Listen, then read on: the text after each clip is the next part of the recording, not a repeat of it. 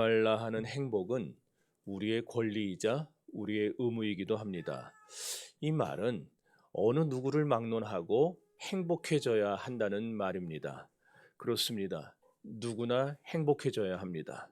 왜냐하면 우리가 행복한 것이 우리를 창조하신 하나님의 소원이며 하나님의 뜻이기 때문입니다. 이렇듯 하나님은 우리가 행복해지기를 진정 원하시기 때문에 우리의 생활 주변에 우리가 행복할 수 있는 조건들을 다 준비를 해 놓으셨어요. 이사야 45장 6절 말씀을 보게 되면은 이렇게 말을 합니다. 나는 빛도 짓고 어둠도 창조하며 나는 평안도 짓고 환란도 창조하나니. 그러니까 하나님이 안 만들어 놓으신 게 없다라는 얘기예요. 그러면 뭐라고 얘기하시느냐? 나는 여호와라 이 모든 일을 행하는 자니라 그렇게 말씀하셨어요. 이 말씀처럼 하나님은 종종 우리의 연단을 위하여 일시적으로는 환란을 허락하시기도 하시지만 진정 하나님의 소원은 우리의 행복에 달려 있습니다. 이 사실을 잘 보여주는 것이 오늘 저와 여러분이 함께 상고하고자 하는 본문의 말씀이에요. 오늘 본문 28절은 이렇게 시작합니다. 하나님이 그들에게 복을 주셨다. 이 말은 하나님께서 창조하신 아담과 하와에게 행복을 주셨다는 말입니다. 여기서 말하는 이 복이라고 하는 말은 히브리어의 바라크라는 말이에요. 바라크. 이 바라크라는 말은 그냥 우리가 알고 있는 새해 복 많이 받으세요. 그냥 일반적으로 복 받는다고 할 때 그런 복이 아니고 여기서 말하는 이 바라크는 뭐냐면은 하나님의 입장에서 우리 인간을 복되게 하시고 우리에게 행복을 주시기 위해서 의도를 가지고 분명한 의도를 가지고 의도적으로 복을 만드셨다. 그러니까 하나님이 복을 왜 만들었느냐? 의도를 갖고 만들었대요. 어떤 의도? 우리에게 주려고. 그걸 말하는 게 바라크예요. 복이에요. 오늘 하나님은 창세기 1장에서 바로 그 말씀을 하심으로써 이와 같이 우리를 행복하게 하시려고 하나님은 일하시는 분이라는 사실을 잘 보여주고 있는 것입니다. 그렇기 때문에 그런 의미에서 본다면 행복은 인간의 몫이 아니고 하나님의 몫이에요. 하나님의 주권 속에서 되어지는 역사가 하나님의 역사가 바로 행복인 것입니다. 그래서 행복할 수 있는 제반 조건은 하나님이 주시는 겁니다. 하나님은 우리가 하나님이 주신 이 행복의 조건들을 잘 활용해서 행복의 자리에 오르기를 원하고 계십니다. 그래서 창세기 1장 1절부터 25절까지의 말씀을 보면 도대체 하나님이 우리의 행복을 위해 어떤 조건들을 준비해 주셨는가를 먼저 소개해 주고 있는 거예요. 엿새 동안 하나님이 세상을 창조하시고 나서 쭉 우리에게 무엇을 어떤 행복의 조건을 만드셨는가를 가르쳐 주시는데 첫째 날 빛을 창조하심으로 드러나게 되죠. 캄캄한 어둠 속에서 인간이 행복을 어떻게 찾겠습니까? 그래서 광명한 빛을 창조해 주셨어요. 둘째 날에는 하늘을 창조해 주셨습니다. 셋째 날에는 가장 먼저 첫째 날 창조하신 땅이 물로 뒤덮여 있으니까 그 물과 뭇을 나눠서 물을 바다라 칭하시고 뭇을 땅이라 칭하셔서 이 강과 바다와 땅을 구분해 주셨어요. 넷째 날에는 하나님께서 그 궁창에 해와 달과 별들을 창조하시고 다섯째 날에는 공중의 새를 바다의 물고기를 그리고 땅에는 짐승들과 온갖 곤충들까지 창조하십니다. 그리고 마지막 순간에 하나님이 이제 여섯째 날 땅 위의 모든 생물을 창조하시고 맨 마지막 순간에 뭐를 하세요? 우리 인간을 하나님의 형상대로 창조해 주신 것입니다. 이렇게 하나님은 인간을 먼저 창조해 놓고 그 다음에 필요한 것을 창조하는 게 아니라 모든 필요한 것들을 다 먼저 창조해 놓으시고 그 다음에 그것을 누리도록 인간을 맨 마지막에 창조하셨다라는 거예요. 그래서 하나님이 창조한 피조의 세계는 결국 어떤 의도를 가지고 창조가 되었느냐?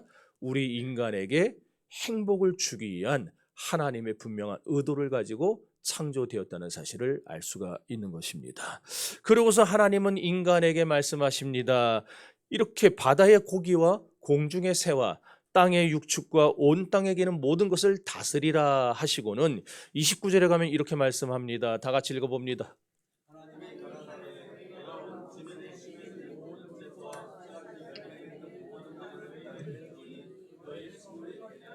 아멘. 이 말씀은 하나님께서 땅과 하늘에 그리고 바다의 모든 피조물을 활용해서 우리가 행복에 이를 수 있도록 우리 행복의 모든 자원을 마련해 주셨음을 보여주고 있습니다. 오늘날 너무나 많은 사람들이 자신의 팔자가 드세서 나는 불행에 그렇게 말을 합니다. 그러나 아니에요. 그건 굉장히 잘못된 생각입니다. 인간의 불행은 팔자 탓이 아니에요. 운명 탓이 아닙니다. 성경은 분명히 말씀합니다. 하나님은 세상의 모든 것을 창조하셨고 이 창조된 세상의 모든 것을 하나님이 보시기에 전부 어땠다? 좋았다 말씀합니다. 그렇습니다. 우리의 행복을 완성하는 데 있어서 세상 모든 피조물이 우리의 행복을 이루는 일에 있어서 최고로 적합하도록 하나님이 염두에 두고 창조하셨기 때문에 사람은 팔자가 나빠서 못 사는 게 아니고 운명이 그렇게 돼서 못 사는 게 아닙니다. 물론 우리 주변에는 불행한 사람도 있어요. 병든 사람도 있습니다. 실패한 사람도 있어요. 그렇다고 그런 환경과 처지에만 주저앉아만 있는 것은 하나님의 뜻이 결코 아닙니다. 왜 그러냐? 하나님은 우리가 얼마든지 재기할 수 있도록, 우리가 얼마든지 다시 일어설 수 있도록 불행을 행복으로 바꿀 수 있는 자원을 우리 주변에 많이 만들어 놓으셨기 때문입니다. 그러므로 인간은 누구나 행복해야 합니다. 그리고 실제로 누구나 행복할 수 있습니다. 하나님이 원하시는 소원이 우리의 행복이기 때문에 우리는 얼마든지 행복해질 수 있습니다. 다시 재기할 수 있고 다시 회복될 수 있고 다시 일어설 수 있는 이유는 하나님의 소원이 바로 우리의 행복이기 때문입니다. 하나님이 그들에게 복을 주시며 그들에게 이르셨습니다. 생육하고 번성하여 땅에 충만하라. 땅을 정복하라. 바다의 고기와 공중의 새와 이 땅에 움직이는 모든 생물을 다스리라. 이것이 창조주 하나님께서 저와 여러분에게 명령하신 하나님의 행복 명령입니다. 그러므로 우리는 반드시 행복해야 합니다. 2025년도에는 반드시 우리의 행복이 회복이 되어야 됩니다. 그렇다면 하나님은 왜 우리에게 행복하라고 명령하셨는가? 열면 닫을 리가 없고 닫으면 열 리가 없는 하나님께서 우리에게 행복의 조건을 주시지 않으면 어느 누구도 결코 행복할 수 없다는 사실을 보여주기 위함이에요. 그렇습니다. 행복은 하나님이 주시는 것입니다. 여기서 복은 행복에 필요한 능력 자체를 말하는 거예요. 다시 말해서 아담과 하와에게 복을 주셨다는 말씀은 그들에게 행복할 수 있는 모든 조건을 다 허락하셨다는 말씀이에요. 그러면 하나님은 왜 우리에게 행복을 명령하셨는가? 왜 우리에게 복을 주셨는가? 우리에게 행복의 조건을 주시고 그 조건을 활용하여 우리들이 행복에 이르기를 원하는 것이 하나님의 소원이기 때문입니다. 저는 오늘 더함교회 목회자로서 예배하는 여러분 한 분 한 분이 놀라운 행복의 자리에 들어가 슬픔 없는 기쁨 속에 인생을 구가하게 되기를 주님의 이름으로 축원합니다. 문제는 우리가 이 행복의 조건을 어떻게 활용하느냐예요. 하나님이 우리가 행복하기를 원하시지만, 그래서 우리는 누구나 다 행복해야 되지만, 그러나 모두가 다 행복해질 수 없는 이유는 이 행복의 조건을 어떤 애는 활용하지만 어떤 애는 활용하지 않고 썩혀두기 때문입니다. 따라서 오늘 이 자리에서 우리들은 행복해지기 위해 가장 중요한 게 뭔가 내 생활 태도부터 점검해야 한다는 사실이에요. 본문에는 우리가 깊이 유의해야 될 말씀이 하나 나옵니다. 다 같이 읽어봅니다.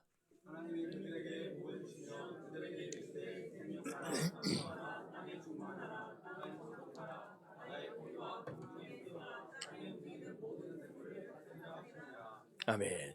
여기 보면은요, 하라라는 단어가 몇 번 나와요?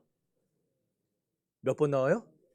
네, 그럴 줄 알았어요. 저 뒤에는 다스리라 되어 있으니까 여러분들이 지금 저건 틀렸지 이러는, 색깔 똑같게 해놨잖아 다. 5번 나와요, 5번. 네. 이게 뭔 의미예요? 하라라는 명령구가 하라. 이건 우리에게 명령하는 거잖아요. 생육하라, 번성하라, 충만하라, 정복하라, 다스리라. 그럼 왜 이런 명령을 5번이나 하느냐? 행복은 타협이 아니라는 거예요. 행복은 선택도 아니에요. 행복은 행복을 주시는 하나님의 명령을 그대로 수납해야 하는 믿음의 역사입니다. 그러므로 생육하라, 번성하라, 땅에 충만하라, 땅을 정복하라, 모든 생물을 다스리라. 하나님께서 하나님의 권위와 하나님의 능력의 전권을 가지고 우리에게 명령하신 거예요. 너희는 행복하라는 거예요. 2025년도에 이 하나님의 명령을 여러분 받아서 여러분의 생활 태도를 돌아보시고 하나님 앞에 행복한 인생을 살아갈 수 있게 되기를 바랍니다. 우리는 행복해야 됩니다. 반드시 가난을 떨쳐야 됩니다. 반드시 질병과 싸워 이겨야 됩니다. 반드시 온 가족이 한 믿음이 되어야 됩니다. 하나님은 여러분이 행복해도 그만, 불행해도 그만, 그냥 아무 상관도 안 하시는 분이 아니고 여러분이 행복하기를 목말라 하는 분이세요. 분명하고 중요한 것은 하나님께서 오늘날 우리에게 행복한 삶을 살려면 반드시 행동하는 생활이 필요하다는 사실을 여기서 가르쳐주고 있다는 거예요. 우리는 해야 합니다. 내 생활을 바꿔야 됩니다. 하나님 앞에서 이제 축복받을 수 있는 생활로 내 삶을 뜯어 고쳐야 됩니다. 여기서 우리는 오늘날 우리가 행복해지기에 얼마나 최선의 노력을 다해야 하는가를 볼 수 있는 것이죠. 행복은 하나님이 주시는 선물이지만 행복은 결코 우연히 오지 않습니다. 저절로 주어지지도 않습니다. 왜냐하면 행복은 행복하기 위해 힘쓰는 자, 행복하기 위해 몸부림치는 사람에게 주시는 하나님의 선물이기 때문입니다. 다시 말합니다. 누구나 행복해야 됩니다. 일찍 나와야 됩니다. 네? 맨날 지각하지 말고 누구나 행복할 수 있어요. 문제는 우리가 어떠한 삶의 자세로 세상을 살아가야 하느냐, 생활의 태도에 달려있다 그랬어요. 1998년도에서 2000년도까지 한 2년 한 반 정도 했던 것 같아요. SBS에서 좋은 세상 만들기라는 프로그램이 있었어요. 기억나세요? 할아버지 할머니들 나와서 막 서로 퀴즈하고 맞추고 하는 거. 그거 너무 유명해서 아마 이 장면 기억하는 분도 있을 거예요. 할아버지 할머니 부부가 나와서 문제를 내고 할아버지가 문제 내고 할머니가 맞추는 거예요. 답이 뭐냐면 천생연분입니다. 할아버지가 문제를 냈어요. 나하고 당신 사이. 그랬더니 할머니가 뭐랬게요? 왼수. 다 알고 있지. 다 알고 있지. 얼마나 유명하면 왼수 그래. 아니 그거 말고 네 글자. 그러니까 평생 왼수. 예전에 세상 사람들 사이에서 팔자 좋은 여자 시리즈가 유행한 적이 있어요. 팔자 좋은 여자. 10대부터 60대까지. 10대 팔자 좋은 10대는 누구냐? 얼굴 예쁜데 공부도 잘하는 애. 이게 팔자 좋은 애래요. 20대는 누구냐? 오만 남자와 양다리 걸치고도 결혼 잘하는 여자. 30대는 남편 잘 만나 벤츠 타고 다니는 여자. 40대는 아들, 딸이 재수 안 하고 명문대 들어가는 여자. 50대는 쌍꺼풀 수술도 하는데 쌍꺼풀이 저절로 생기고 배 안 나온 여자. 그럼 이제 60대는 누굴까요? 60대. 일찍 죽었는데 뭐가 있어야 돼. 60대는 어떤 여자가 팔자 좋은 여자나 남편이 로또 1등 200억에 당첨됐는데 당첨금 받고 그 다음날 죽어버린 여자. 그게 제일 팔자 좋은 60대래요. 여러분 행복해야 될 부부가 왜 왼수처럼 돼서 살아서야 되겠습니까? 얼마나 비극이에요. 하나님이 우리에게 행복하라고 하셨는데 사는 게 행복하지 않고 사는 게 죽지 못해 살고 전쟁같이 되어 살고 얼마나 안타깝습니까? 성경은 우리에게 행복하라고 명령하면서 한 가지 내용을 가르쳐 주는데 행복은 무에서 유를 창조하는 게 아니라는 거예요. 행복은 유에서 유를 창조하는 겁니다. 그러므로 여러분이 행복하고 싶다면 이미 여러분에게 주어진 환경과 조건 속에서 이미 여러분에게 주어진 여러분 주변에 있는 재료들 속에서 행복을 찾아가셔야 됩니다. 없는 것 바라보면서 불평하고 원망하고 하는 사람은 결코 행복할 수 없어요. 이 말은 행복이란 아무것도 없는 데서 만들어내는 것이 아니라 하나님이 만들어 놓은 행복의 재료를 가지고 내 삶에 적용할 때 행복해질 수 있다 그 말이에요. 여기서 우리가 왜 어떻게 사는 것이 왜 중요하냐, 삶이 왜 중요하냐 이것을 배우게 되는 거예요. 어떻게 살아야 우리가 행복해질 수 있습니까? 고린도전서 10장 31절에서 바울은 말합니다. 그런즉 너희가 먹든지 마시든지 무엇을 하든지 다 하나님의 영광을 위하여 하라. 하나님의 영광을 위하여 하라는 말은 하나님이 기뻐하는 대로 살라는 말이에요. 과연 이 세상에는 자기 생각대로, 자기 기뻐하는 대로 사는 사람들이 너무 많아요.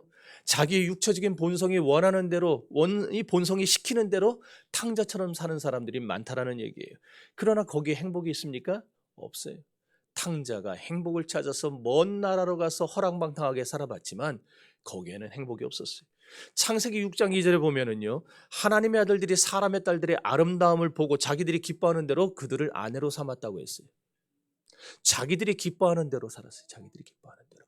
하나님이 기뻐하는 대로 살아야 될 하나님의 아들들이 자기들이 기뻐하는 대로 살아요. 그 결과가 뭐예요? 세상에 네피림, 깡패들이 태어났어요. 세상이 그래서 강포해졌어요. 음란해졌어요. 결국 어떻게 됩니까?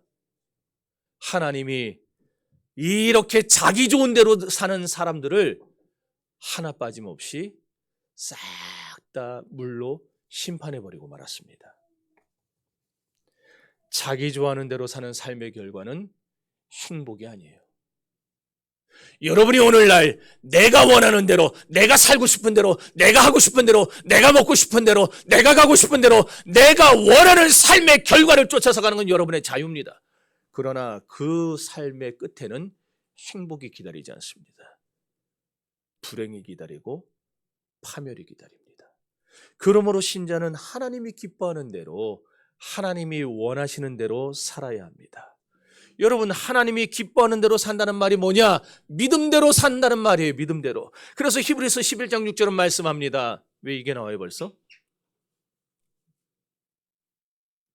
빼먹었구만요. 히브리서 11장 제가 할게요. 그냥 믿음이 없이는 하나님을 기쁘시게 못하나니 하나님께 나아가는 자는 반드시 그가 계신 것과 그가 자기에게 상 주시는 이심을 믿어야 할지니라. 아멘입니까? 믿음이 없이는 하나님을 기쁘시게 못하나니. 하나님을 기쁘시게 할 수 있는 방법은 믿음으로 사는 거예요. 믿음으로 사는 거. 믿음은 하나님을 위해 믿는 게 아니에요. 사람들이 착각합니다. 하나님을 위해서 믿는 줄 알아요. 아니에요. 우리의 행복을 위해서 믿는 거예요.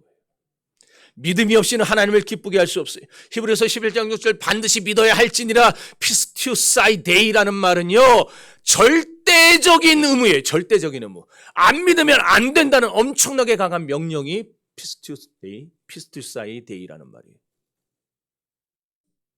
우리는 이 세상에 태어나서 반드시 하나님을 믿어야 됩니다. 그렇습니다.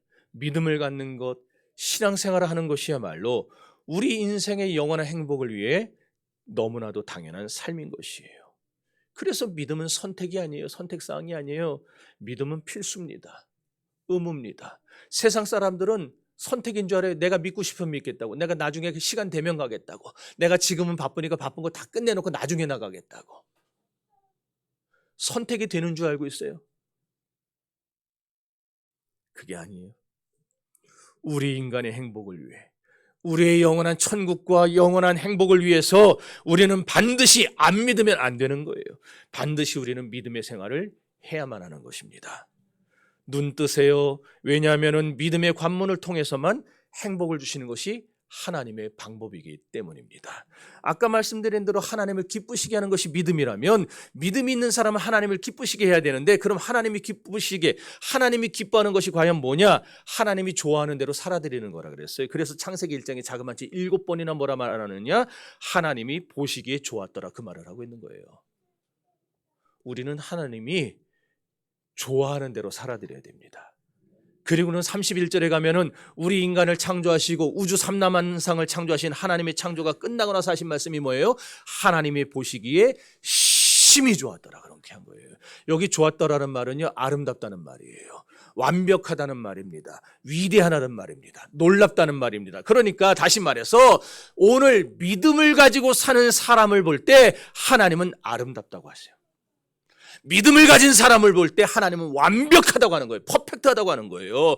그런 사람이 위대해집니다. 놀라워집니다. 여러분이 놀라운 삶을 살고 싶다면, 오썸의 삶을 살고 싶다면 여러분들 믿음의 삶을 사셔야 됩니다. 그러므로 행복한 삶을 살고자 하는 사람은요, 2025년도를 시작하는 첫 주일에 결코 내 방식대로, 결코 작년까지 살던 대로 살아서는 안 되는 거예요. 새로운 방식으로 하나님이 기뻐하는 대로, 하나님이 원하시는 대로, 하나님이 좋아하는 대로 살아가야 합니다. 그래서 하나님이 보시기에 심히 좋았다는 이 히브리어 원문, 우리 성경은 그냥 하나님 보시기에 심히 좋았다라고 되어 있지만은요, 히브리어 성경에 보면은요 어떻게 되어 있느냐, 하나님은 그것을 더할 나위 없이 좋게 보셨다, 그렇게 해놨어요. 하나님이 세상을 만들고 사람을 만들어 놓은 다음에 하나님이 그것들을 보니 더할 나위 없이 좋게 보이셨더라. 그렇습니다. 하나님이 2025년 1월 5일 첫 주일 예배에 나와서 앉아있는 여러분을 보시면서 지금 어떤 사람을 보시고는, 야, 아무개는 더할 나위 없이, 내가 볼 때 더할 나위 없이 진짜 내 마음에 꼭 들게 예배하는구나, 내 마음에 꼭 들게 사는구나, 그런 사람이 있고, 어떤 사람은 보면서 아무개는 작년이나 올해나 똑같구나, 그러는 사람이 있을 수 있어요. 여러분, 하나님의 마음에 더할 나위 없이 꼭 들게 살 때, 그때 하나님께서 우리에게 행복의 축복을 주신다는 사실을 믿으시기를 바랍니다. 그러면 도대체 하나님이 우리를 보시고 좋아하는 게 뭐냐? 하나님이 우리를 보고 가장 좋아하시는 생활의 태도가 뭐냐? 행복할 수 있는 우리의 자질이 뭐냐? 그것은 바로 나 자신에 대해서 자긍심을 가지고 사는 거예요. 나 자신에 대해서 자긍심을 가지고 사는 게 왜 중요한가? 행복은 내 밖에 있는 게 아니라 내 안에 있기 때문입니다. 행복하지 않다고 믿는 사람은 행복할 수가 없어요. 그러나 가난해도, 환경이 어려워도 행복해질 걸 믿는 사람이 행복해질 수 있는 거예요. 행복은 어느 일부 특수충만 누리는 게 아닙니다. 잘 나가고 돈 잘 벌고 건강하고 암도 안 걸리고 자식 잘 되고 이런 사람에게만 행복이 오는 거 아니에요. 행복의 파랑새는 혼자인 사람에게도 찾아갑니다. 행복의 파랑새는 병든 사람에게도 찾아갈 수 있습니다. 그렇다면 왜 하나님이 그런 사람들에게 행복의 파랑새를 보내시는가? 행복해져야 인생에 잃어버린 힘을 회복하고 다시 일어설 수 있기 때문입니다. 여러분, 자식이 공부 못하면 속 상해요, 안 상해요? 안 상할 수도 있겠지만 조금 상하지 않아요? 자식이 사랑구실 못하면 속 상합니까, 안 상합니까? 가슴 아프죠? 부모 입장에서는 내 자식이 사랑구실 못하는 게 제일 속 터질 겁니다. 하나님도 마찬가지 아니겠어요? 하나님이 이 세상에 수많은 하나님의 자녀 아들, 딸을 보실 때 사람구실하고 사는 사람이 있고 사람구실 못하고 사는 사람이 있어요. 하나님 속에 어떻겠습니까? 여러분이 행복을 느끼지 못하고 여러분이 맨날 팔자 타령이나 하면서 나는 원래 생애 먹은 게 이렇다고, 나는 팔자가 원래 이렇게 드세다고 그러면서 눈물만 흘리고 산다면 하나님도 기가 막혀 하시는 거예요. 하나님도. 묻고 싶습니다. 여러분은 과연 자기 자신에 대한 자긍감, 자기 자신에 대한 자신감이 있습니까? 하나님은 창조하신 여러분을 보고 매우 만족하셨어요. 그랬잖아요. 하나님이 보시니 심히 좋았더라. 하나님이 여러분 볼 때 심히 좋으셨어요. 더할 나위 없이 좋았어요. 하나님은 그렇게 좋아하셨는데 왜 정작 당사자인 나는, 당사자인 우리는 자긍심이 없이 산단 말입니까? 하나님은 나를 보면서 너무너무 못 견디게 좋아하시는데 왜 여러분은 최고의 사람이 되어 세상에 와놓고도 내 팔자는 이 모양이야, 나는 그냥 이렇게 살다가 갈 거야, 왜 콧단 소리를 하고 사냐고요. 여러분은 하나님이 세상에 보낸 최고의 하나님의 선물입니다. 하나님께서 우리에게 보내신 최고의 선물은 바로 당신이에요. 하나님께서 우리에게 보내신 최고의 선물은 바로 당신이에요. 축복해요. 당신을 축복해요. 하나님께서 주신 그 사랑으로 당신을 축복합니다. 축복해요. 당신을 축복해요. 하나님께서 주신 그 사랑으로 당신을 축복합니다. 할렐루야. 불행은 불만족감 속에서 오는 거예요. 열등감 속에서 옵니다. 소외감 속에서 옵니다. 고독감 속에서 옵니다. 불행은 그런 통로를 통해서 우리에게 찾아오는 거예요. 초등학교 2학년 여자아이를 성폭행하고 무기징역을 선고받은 김수철, 그가 그런 비참한 사람이 된 이유는 열등감, 소외감, 고독감 때문이었어요. 18살 때 공장에 들어가서 거기 있는 여직원에게 고백을 했어요. 사랑한다고. 근데 그 여자가 나는 당신같이 얼굴에 주근깨 많은 남자는 싫다고 거절을 했어요. 그럼 병원에 가서 주근깨 빼면 되잖아요. 근데 그걸 안 하고 그때부터 삐뚤어지게 한 거예요. 열등감에 빠져버렸어요. 그래서 18살서부터 42살까지 전과 21범이 돼요.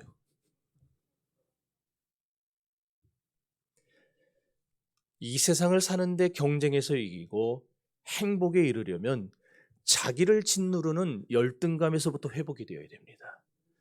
여러분은 그저 그런 사람이 아니에요. 여러분은 어쩌다 세상에 태어난 사람이 아니에요. 여러분은 부모가 실수해서 세상에 나온 사람이 아니에요. 하나님의 특별한 계획 속에 하나님의 목적을 가지고 행복하라고 세상에 보낸 하나님의 작품들입니다. 하나님이 보시기에 심히 좋았더라. 다른 누구에게 하신 말씀이 아니에요. 오늘 여기 앉아서 예배드리는 여러분에게 주시는 하나님의 말씀입니다. 여러분, 우울증이 어디서 생겨요? 우울증의 현상은 슬픔, 절망, 비관, 자기비하, 자기비난, 식욕감퇴, 그리고 불면증 이런 것들이잖아요. 이런 것들이 우울증에 걸리면요, 사람이 열정이 사라집니다. 우울증 걸린 사람이 아싸 한번 해봐야지 그런 거 봤어요? 못 봤죠? 활력이 없어요. 우울증에 걸리고 나면 움직이기도 싫어요. 그냥 맨날 그냥 그 방구석에서 그냥 요리 뒹굴 저리 뒹굴 그냥 깊은 세월 깊은 시간 동안에 슬픔 속에 침잠되게 돼요. 그래서 전혀 활동에 흥미가 없어져요. 걱정 근심 속에 살아요. 기억하십시오. 자존감을 회복하고 자신감을 회복하고 자긍심을 회복하는 것이야말로 행복에로 내딛는 첫 발자국입니다. 그러니 2025년 이제 얼마나 좋아요? 어제는 다 지나갔어요. 새해 첫 주입니다. 첫 주. 이 첫 주에 자존감을 회복하시고 행복에로 첫 발을 내디디는 여러분들 되시기를 축복합니다. 여러분은 여러분에 대해서 열등감을 가질지 몰라도 어떤 사람은 돈이 없어 열등감에, 어떤 사람은 못생겨서 열등감 빠지고, 어떤 사람은 머리가 안 좋아서 열등감 빠지고, 어떤 사람은 부모가 남겨준 게 없어서 열등감 빠질지 모르겠지만 하나님은 그 상태 그대로 여러분을 좋아하신다라는 거예요. 있는 모습 그대로 하나님께 나오고, 하나님이 좋아하시면 된 거 아니에요? 아이 그러잖아요. 세상 여자 다 나 안 좋아해도 한 여자만 나 좋아해주면 되는 거 아니에요? 여러분 나 안 좋아해도 돼요. 우리 집사람만 나 좋아해주면 되는 거예요. 다 아니라고 해도 다 여러분들을 우습게 봐도 하나님만 너는 최고야, 너는 내 거야, 너는 짱이야, 그럼 되는 거 아니에요? 나는 별거 아닐지 몰라도, 나는 실제로 진짜 아무것도 아닐지 몰라도 천지의 창조자이신 하나님이 나를 이렇게 좋아하신다는데 내가 보통 사람이에요? 여러분이 보통 사람이에요? 아니에요. 여러분 특별한 사람이에요. 특별한 사람. 그래서 서울 특별시 살잖아요. 서울 특별시. 여기 또 경기도가 있지 또.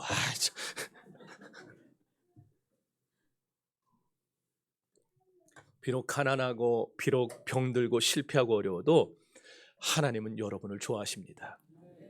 외모는 서로 다를 수 있어요. 그러나 하나님은 우리에게 하나님의 성품을 똑같이 주셨어요. 우리가 우리의 모양을 따라, 우리의 형상을 따라 우리의 모양대로 사람을 만들자. 하나님의 성품을 우리에게 다 주셨어요. 그리고는 남자와 여자를 창조하셨어요. 그러니까 남자나 여자나 이게 차별되는 존재가 아니에요. 동등해요. 동등해. 평등한 게 아니고 동등해요. 본질적으로 동등해요. 우리는. 그러므로 여러분은요, 두 가지의 자긍심, 두 가지의 자존감을 가지고 살아야 됩니다. 이제 이제 이것만 알면 되는 거예요. 이제. 그럼 뭐냐? 첫째로 나는 최고다. 따라하세요. 나는 최고다. 나는 최고다라고 여러분 생각하면서 하시기를 바랍니다. 여러분은 실패자가 아니에요. 여러분 걸작품입니다. 그러니 날마다 선포하세요. 아침마다 선포하세요. 따라합시다. 나는 하나님이 만드신 걸작품이다.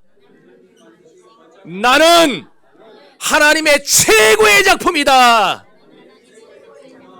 흙으로 빚어서 생기를 불어넣어 살아 숨쉬는 몰라요 이거? 사람을 만드셨죠. 나는 걸작품 하나님의 최고의 작품. 너도 걸작품 하나님의 최고의 작품. 이거 몰라요 이거? 주일학교를 나와야 된다니까. 여러분 스스로가 자기 자신을 귀하게 여기지 않는데 누가 여러분을 귀하게 여겨주겠어요? 자기를 무시하는 사람 옆에는요 항상 사람들도 그 사람을 무시합니다.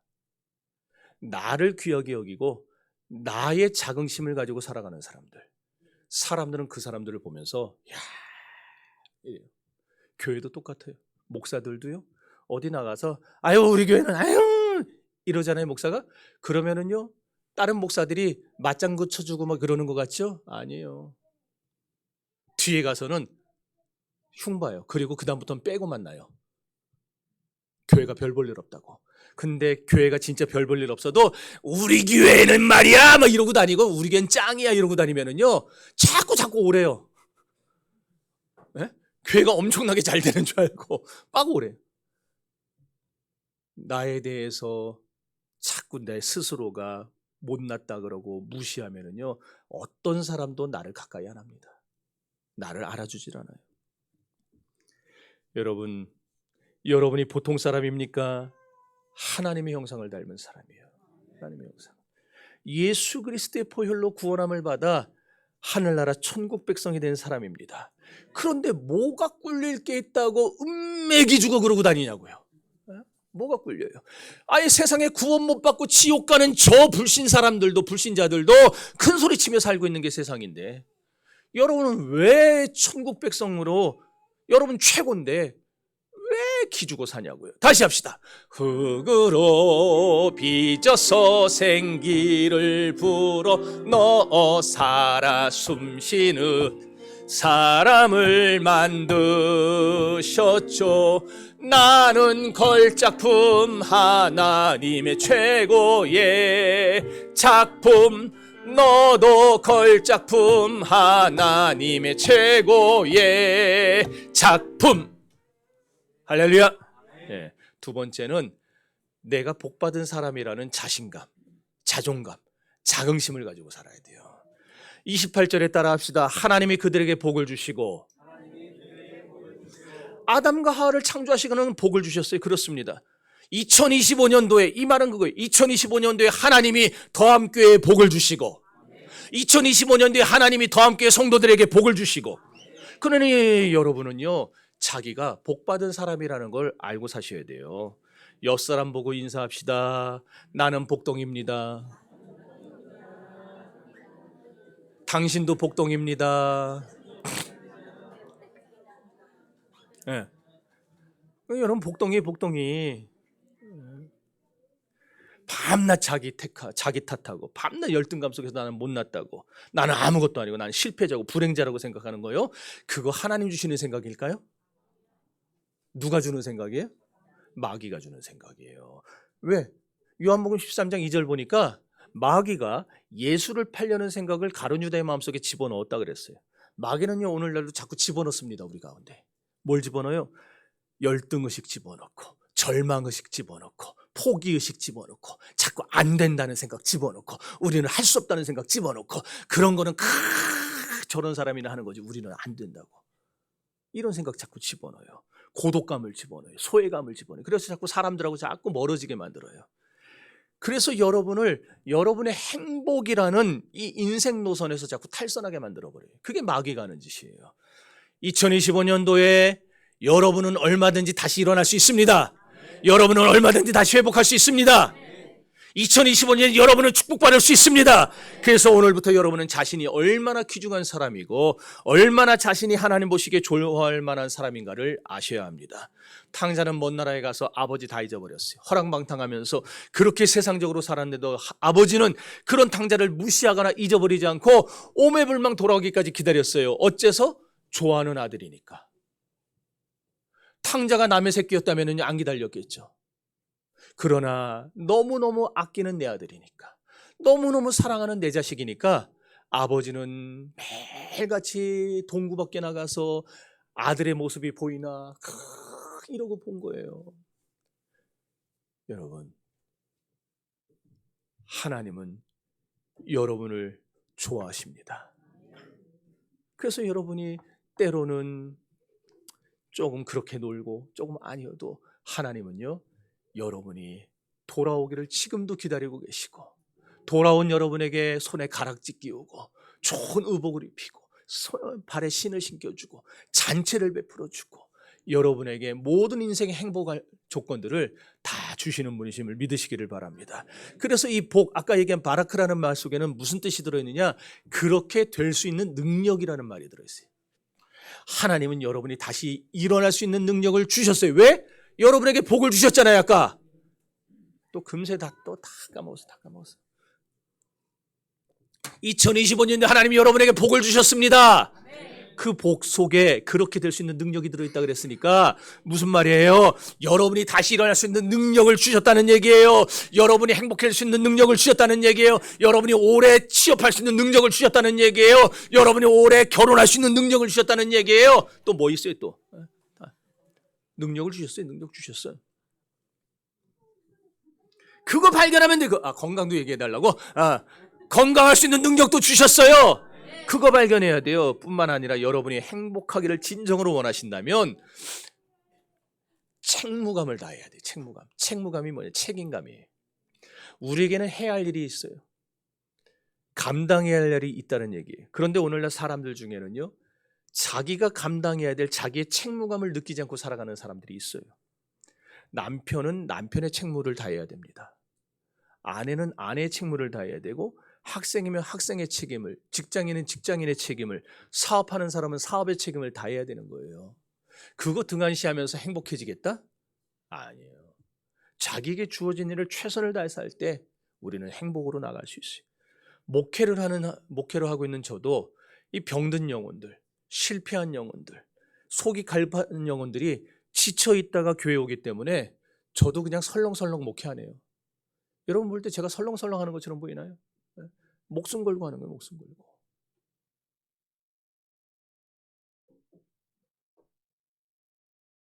날마다 학고방 같은 사무실에 앉아가지고 어두컴컴한데, 그것도 전기세 아끼겠다. 낮에는 다 불도 안 켜고 살아요. 나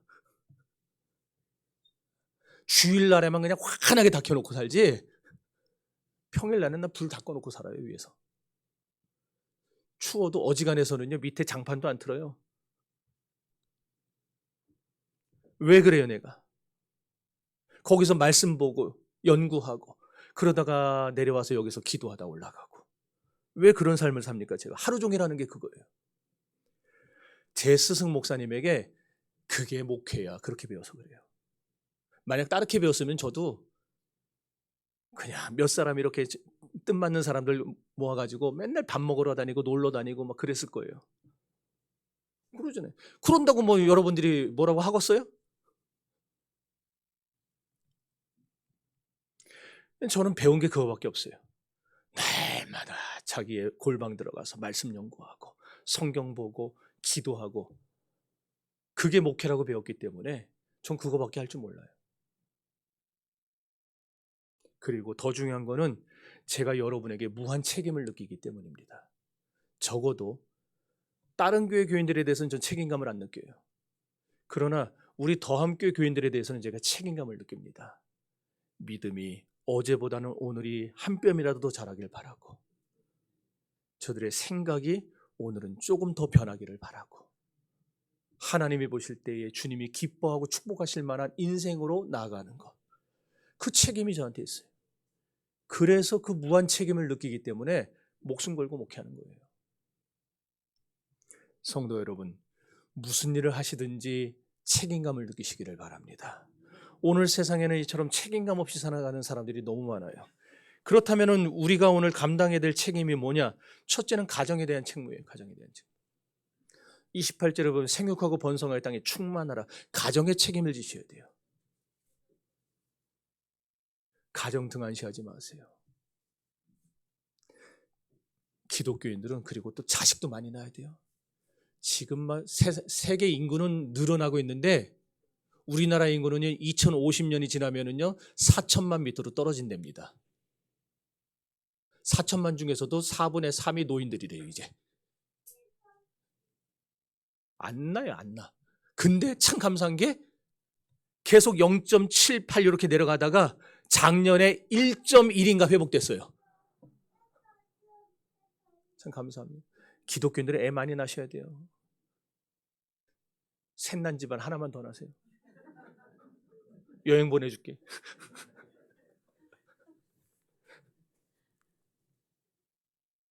또 부부는 서로 간에 책무를 다해야 돼요. 부모와 자식도 서로 간에 책무를 다해야 됩니다. 그냥 낳았다고 끝난 게 아니에요. 부모는 자식에 대해서 무한 책임을 져야 되고 자식도 부모에게 효도의 책무를 다해야 됩니다. 둘째는 자기 일에 대한 책무를 지켜야 돼요. 28절 마지막에 보니까 땅을 정복하라. 바다의 물고기와 하늘의 새와 땅에 움직이는 모든 생물을 다스리라 그랬어요. 이게 뭐냐? 자기 할 일을 찾으라는 거예요. 일 안 하고 팽팽 노는 거 그거 안 됩니다. 기독교인들. 뭐라도 찾아서 하세요. 정 없으면 쓰레기라도 주세요.